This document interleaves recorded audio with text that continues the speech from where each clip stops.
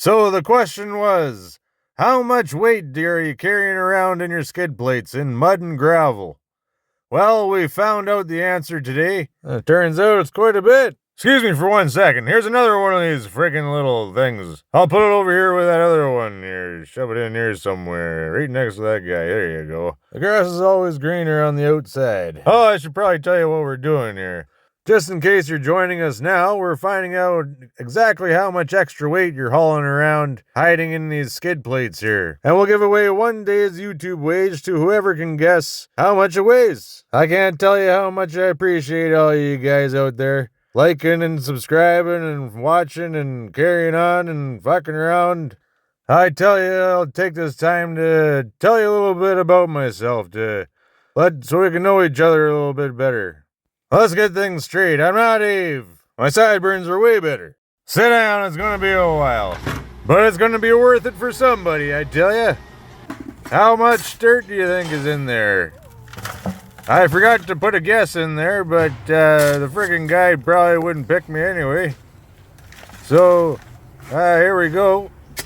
We're gonna, it feels pretty heavy. Like, I didn't pick up the whole box, but I picked up a corner and then it was kind of starting to break a little bit, so I figured I'd leave her be and come back to it with a shovel and a bucket.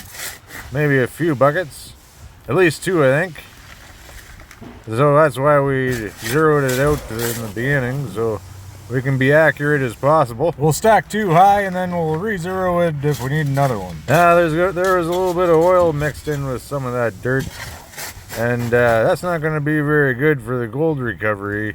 And it's going to probably fuck up my machine there a little bit, but I'll clean her out. The things I do for you guys, just because I like you. And I appreciate every one of you guys, man. Take your time to watch my stuff. This way of making money is very interesting to me, and I think it's fantastic. And I think everybody should do it, you know. And I'm going to show you just how easy it is. It starts in your mind, man, with the way everything works. And I tell you guys this before, but I'll tell you it again because it's very important. You gotta visualize, man. You know, a lot of people told me that I couldn't do this. You can't, hardly anybody makes money on YouTube, you know? But you know what one person can do, another can do. And that's what I'm kind of proving it to right now. I'm a real stubborn friggin' pain in the ass, and I do things my own way. And, you know, to stay original, I don't do any friggin' research. I don't go on the YouTube and watch anything. The only things I ever watched was Gold Wrenching and Curse of Oak Island. Oh, I just caught that I said gold wrenching instead of gold rush. You catch that stuff in the editing part, you know? Although I do watch a hell of a lot of gold wrenching. But since I've been doing YouTube, I haven't been watching anything. I'm so far behind on Gold Rush and friggin' Curse of Oak Island, I don't know. I bet you they haven't found the treasure yet. That much I know for sure. And they're probably finding pounds of gold on Gold Rush. Gold mining and YouTube are the best ways of making money, I think, you know? Because you're not taking money from people. And I love that. Because we work friggin' hard for our money, don't we? And there's so many friggin' ways of draining it from you out there. It's ridiculous, and it's getting friggin' tougher and tougher every day. You know, to the point where they friggin' got you, you know? And I'll be honest, you know, I'm not rich. I'm sure you guys could probably tell through my tools, but, you know, even if I was rich, I'd probably still be welding shit together and making it work. But, you know, my pile to pick from would be better. And, you know, my wife used to want me to sell some Young Living with her, eh? The essential oils, you know? Not motor oil. And so we went to this conference over in Vancouver, and I listened to this lady talk, the owner of the company, eh? I can't remember her name there. Mary Young. I just looked it up. So anyway, real nice lady. She said something that really stuck to me, and I'm going to share with you guys, okay? Money in the hands of good people do good things. And I just love that. Because that's kind of like my goal, what I'm wanting to do here is I got a lot of big plans for this world, and I need a lot of money to make them happen. So that's what I'm doing here, and I plan on making this my full-time job eventually. Sooner the better. So yeah, I need you guys' help to freaking make it happen, and you guys are doing it, and I'm greatly appreciative of that, and I can't thank you guys enough. And I love each and every one of you guys, from the bottom of my heart. And I hope you can feel that, because I feel it right now. Every one of us has been meant to run into each other, People are a lot like atoms, I tend to relate everything to what I've learned in physics and mechanics and trial and error and fucking around. And I'm building a knowledge bank of my own to find out what the hell this world's all about and the universe we're in. And the positive and negative forces on the planet, the magic that makes electric motors turn, the cosmic forces, it amazes me, I'm interested. And I want to find out more. So, you know what you gotta do? You gotta fuck around to find out. So, say you got a couple of people, right? One guy's kind of positive and the other one's kind of negative. You see where I'm going with this, right? The attraction. The same way magnets stick to each other. Different poles, north and south. They cling to each other, and while they're clinging, there's still that strength. Like, you try to pull them apart, it's tough. There's something flowing there, like it's potential energy just sitting there, balled up, ready to go. Just wheels smoking, engines revving, ready to go. Just let off the brake.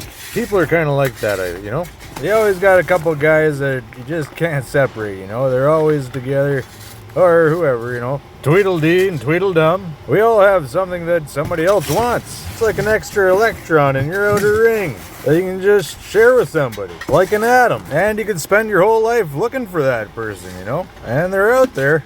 You just gotta keep looking. Like, look at you and I, man. We found each other here, and we're spending time, having fun.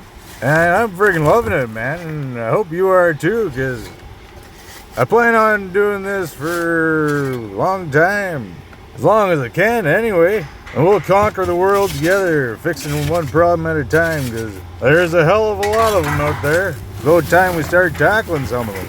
And I know you guys are itching to take back our friggin' planet and all the fun stuff that goes with it. Because we're getting friggin' robbed of them. Excuse me, I gotta do this commercial here. Time to get accurate. Oh man, it's in. I've been waiting and I've been dying to weigh things. This brand new Starfrit calculator, weigh scale, can measure things like gravel and other things. You haven't weighed anything till you've weighed with a Starfrit. Once removed from the plastic shield, your warranty is gone.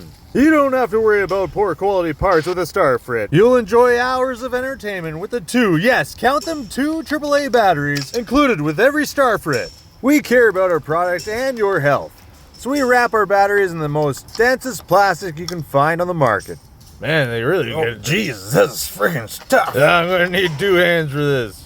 Once broken through our plastic safety barrier, the batteries fall right out, and you're ready to weigh. Oh, no way! There we go, we're ready to weigh.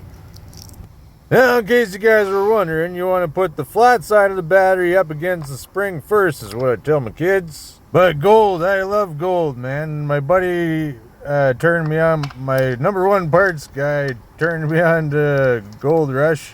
He bought me this kit that had a pan in it and a couple pounds of dirt.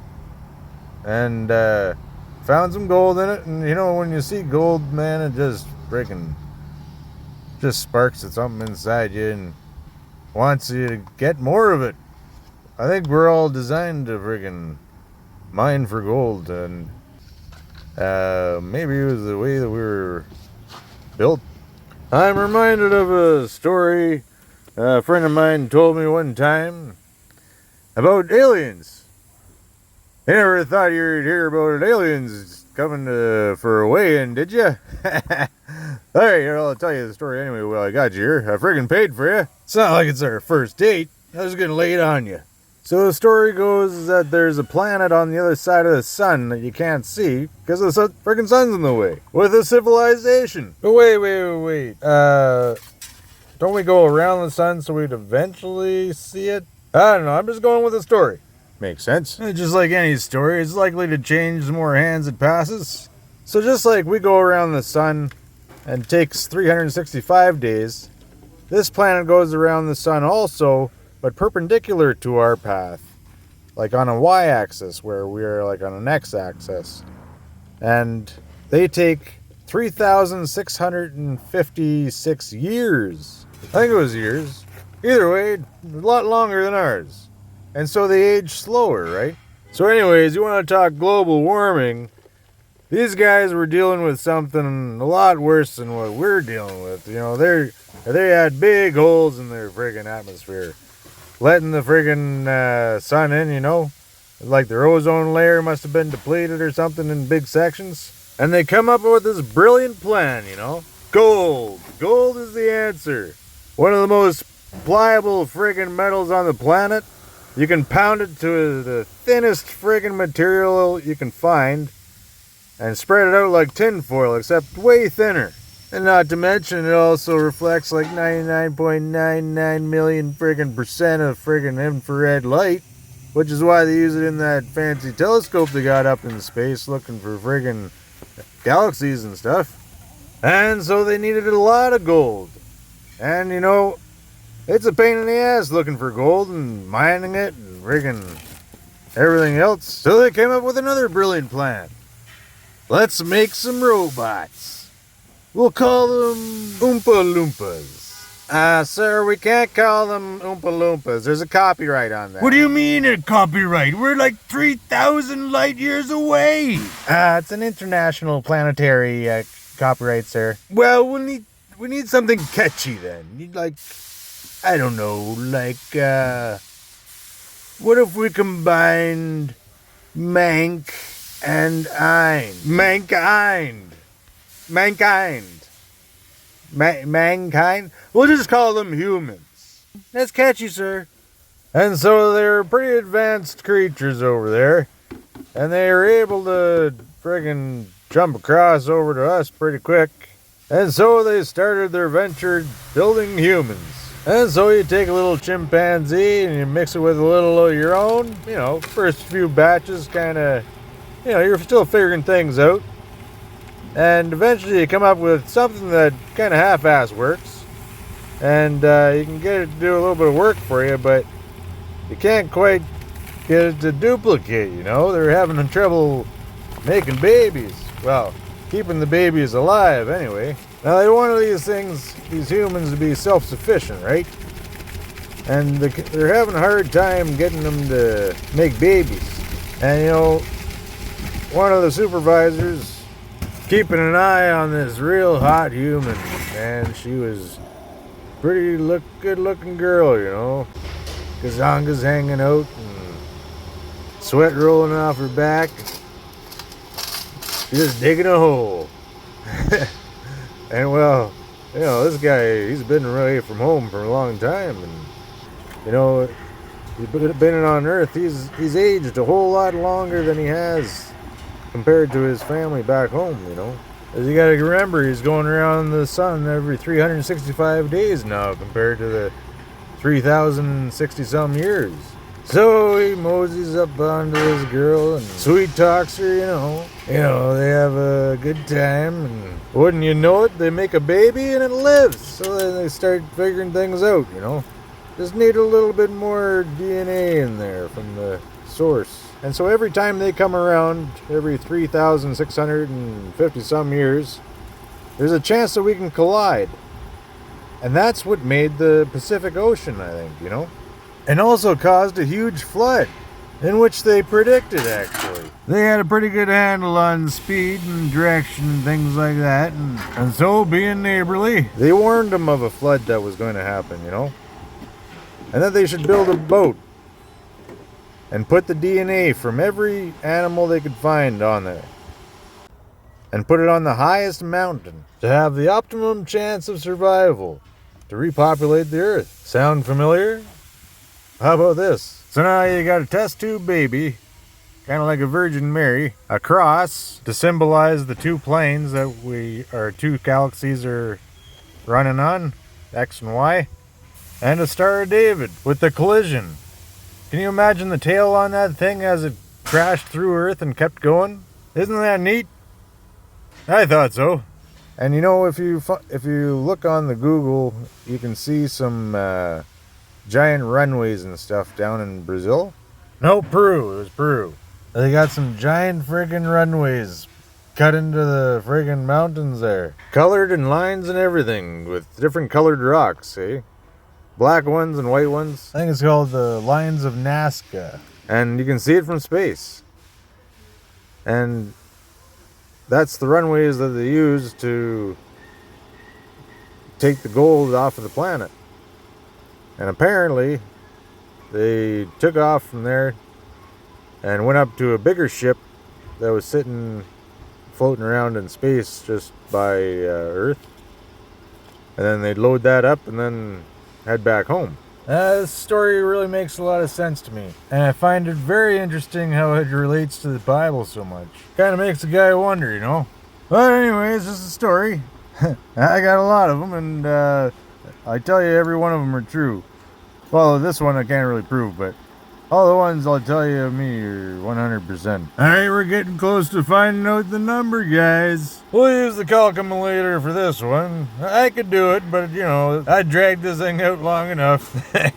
Alright, 11.03851 pounds. Oh, not one, that's an L. Alright, let's tally them up. We'll round that up to 11.04. And carry the one. When I turn that friggin' scale on to begin with, it shows 2 decimal places and then switches over to 1 decimal place when it's weighing stuff. And it had a dead battery in it, so it only had enough life to turn on and then shut off. So I didn't get to the weighing part. So I made the video to say 2 decimal places. And, yeah. Should have been a parts guy. And now for the moment you've all been waiting for. 160.44 pounds. Congratulations to... However, we gotta find out who freaking won this thing. Oh, and whoever wanted to know about including the cardboard, I didn't want you to, but here it is. 1.662 kilograms. Tag that onto the other one there and you'll get your number, but I don't think it'll do you any good. Alright, anybody close? No, thanks for the congratulations. 150 pounds, oh, that was pretty close. No, whatever weighs is still lighter than my ex's baggage, no doubt. Alright, no, I'll wait. I wouldn't wait too long. 42.4242. No, sir. Hike. Looks around 50.52. Nope. I used to have to deal with farm trucks where all the mud's also cow shit. Yikes. Thanks for the shares, Invisibilian one. I see ya. Nope. Oh, wait, what we got here? Lame-o. Who you calling lame-o? 160 pounds. That's freaking damn. It's within half a pound there. Might have to give it to that guy if we don't find anything better. Oh, this guy sounds a little bit like Abe. All I have to say about that is, us Canadian technicians are cut from the same stock. We got the same steel running through our veins, you know, eh? And then pounded into shape. But we each have our own characteristics, you know. He sounds like a pretty decent guy anyways. I seen one of his videos. Or 2 now, I guess. They're pretty good. Him and Bias Pie there, Bye. They should get together and have a big old hootenanny. 420.69, I like it. We'll have to discuss that at 420 tomorrow. Be here, be square. These guys are all over the place here, eh? 200 and some, not quite. Anybody close? Here's the guy including the box, 63 pounds. No, you're way off, man. Thanks for coming out, though. Invest in a power washer. Oh, yeah. I don't have one either. 63 pounds. Another 100. Come on. Give me right on the money. Somebody's got to have it right on the money. There sure is a lot of comments. You guys like free money, don't you? 150 pounds, that's a close one. 42, no, 98. Keep going. There's gold in them there skid plates. Well, we'll find out next. British pounds are American. Well, they're the same, unless you're talking about tons, which is British ones is 240 pounds extra. And yes, I looked that up. Unless you're talking money, maybe. Then she's bloody hell different. And you're a little light there. 162.8 pounds, Johnny. Holy heck, you got her friggin' damn near on the money, man. That's my brother-in-law. And I didn't even give him a clue. 160 pounds, eh? That's like a whole other passenger kicking around underneath there. Imagine the savings if you kick that passenger out. Less fuel, more power. All them savings, man, you could afford to go to the car wash. 3,000 pounds, you're a little off. Coming back down to earth, we got 105.5. This guy's learning and fixing his own stuff. Ah, that's awesome, man. One less thing I gotta fix. 155, that was pretty close. I won't show you all of them, but I promise to check them all. 73.92, I gotta be right, I've never won anything in my life, and you're not gonna win now, sorry. Alright, we gotta be running out of answers here soon. Oh, 183 pounds. Alright, folks, we have a clear winner. It's Bill B, 5152 at 160 pounds, give or take. Congratulations! I wish I could give you more, Bill, but they don't pay too good right now. Well, let's round that up to $100. What do you say? Not bad for sitting on your ass and pushing buttons. All right, let's find out how much gold this thing has. Hey, how do you like my deep sea diving friggin' submarine camera? And check this out. I found this little 22 bullet here. It was laying in this friggin' bathtub here when I went and grabbed it. We're gonna make a nice cozy little bath for that dirty old dirt there. I was shooting at my little target here I got on this fence post. There obviously wasn't any leaves on the trees when I was shooting at it last time. And that tub was about 3/4 of the way to the barn there, right in line with this thing. Must have caught a stray. And I think I may have found out where it hit. There, this little chip here. And it got a good little dent to it. Minor flesh wound. Alright, let's do some sluicing here. Here's the setup. I raised her up with some cinder blocks. Probably have to lower this down a little bit. The old Chevy inner tie rod. Plenty of them kicking around. Some ready rod. I'll have to use a speed wrench. Hard to starboard. High spug. Right ahead. And every gold wrenching sluice box comes stocked with a custom multi-tool. But no gaskets for the water pump. We'll have to make something work here. Ah, this kind of fits in there. Alright, I'll just cut this up here. We don't need that anymore. Just a little sliver, you know. There's plenty of suit left. I really hope this works. Might be a while with the garden hose. 160 pounds, man. Well, that's quite a bit. We're going to prime the pump here with some water. Thirsty little fella. If you need something a little stronger, we got some petroleum products coming right your way. Real soon. Probably a little 5W30 or something like that. I don't know. Or probably, I guess it's 520 now. Start, you infernal contraption. Full throttle. Give her all she's got. Choke on or off, I can never tell with these things. Come on, come on. I'll give her a little snort here. Go, go, gadget. Water pump. Come on. Why are you doing this to me, man? We're going to sluice some rocks, man. I thought you liked sluicing. Oh, man, it's got a friggin' on switch. Yeah, I should have been a friggin' parts guy. I know. It's alive. Oh, yeah. Oh, yeah, this thing's back. Let's get some friggin' RPMs out of this thing. Come on, baby. There you go. Where's the water? Run with the vent loose a little bit until the water fills up the pump, and then she'll pump the rest of it to the sluice box.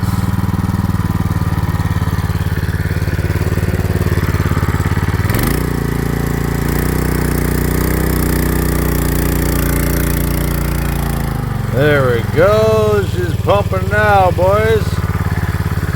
Yeah, we'll have to straighten this out a little bit. Yeah, we got some water flowing here. Looks like most of it's going down the sluice. Got everything covered with water, ready for some friggin' dirt. Alright, how many gold nuggets are we gonna find in here? Some microscopic nuggets. Oh, look at my feet. That one's for the, what do you call it there? The OnlyFans. They love the feet, I hear. White as a ghost. We don't get much sun around here in the wintertime, you know. It's hotter than hell today, boys. It's half-ass level, but we got a good slope to her. Hovering around 15 degrees or so. Oh, we're running out of water. What the heck? Not much tailings on this one. All right, we'll get the feed happening. We'll get the hopper going. And she's eating up the dirt. Yes, we're getting all the gold. Come on, baby. Big nuggets, big nuggets. Oh, look at that flake. Oh, she made it all the way to the bottom because it's so flat. They just kind of... Holy heck, I'm blind. What kind of hillbilly get up and go do you got going on here? Look at that freaking water, man. That is gross. Now, a lot of this gold could be flying out of the box to taking a ride on this freaking oil that's in here, but we're going to catch something there, maybe. Or maybe not. You never know. You never know until you look, and if you don't look, you never find it.